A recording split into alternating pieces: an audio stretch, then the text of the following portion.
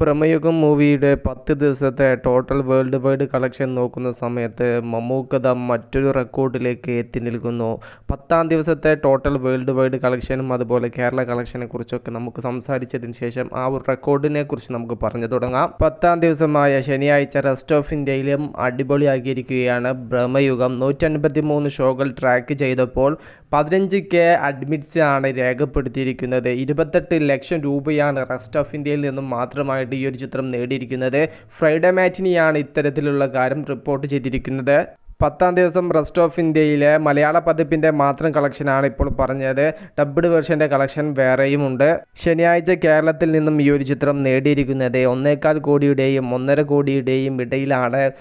ചിത്രത്തിൻ്റെ 2-ാം ശനിയാഴ്ച നല്ല രീതിയിൽ തന്നെയാണ് ഈ ഒരു ചിത്രം കേരളത്തിലും മുന്നോട്ട് പോയിരിക്കുന്നത്. വേൾഡ് വൈഡ് ഈ ഒരു ചിത്രം 2.5 കോടിക്കും 3 കോടിക്കും ഇടയിൽ നേടാനും സിനിമയ്ക്ക് സാധിച്ചിട്ടുണ്ട്. അങ്ങനെ മൊത്തം 10 ദിവസം കൊണ്ട് വേൾഡ് വൈഡ് കളക്ഷനായിട്ട് 47 CR ഇടം പിടിച്ചു എന്നുള്ള റിപ്പോർട്ടാണ് ഫ്രൈഡേ മാറ്റിനിയും ഈ ഒരു ചിത്രത്തെക്കുറിച്ച് പറയുന്നത്.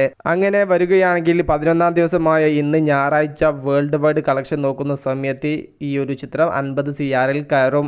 ബ്രഹ്മയുഗവും കൂടെ 50 CR ഇടം പിടിക്കുന്നതോടുകൂടെ മമ്മൂക്ക മറ്റൊരു ചരിത്രത്തിൽ എത്തി നിൽക്കുകയാണ്. തുടർ വർഷങ്ങളിൽ 50 CR അടുപ്പിച്ച് ഹാട്രിക് അടിക്കുന്ന മനുഷ്യനായി അല്ലെങ്കിൽ നായകനായി തീർന്നിരിക്കുകയാണ് മമ്മൂക്ക. ഭീഷ്മപർവം തിയേറ്റർ കളക്ഷനിലൂടെ മാത്രം 90 കോടിക്കടുത്ത്, അതുപോലെ കണ്ണൂർ സ്ക്വാഡ് തിയേറ്റർ കളക്ഷനിലൂടെ മാത്രം 85 കോടി.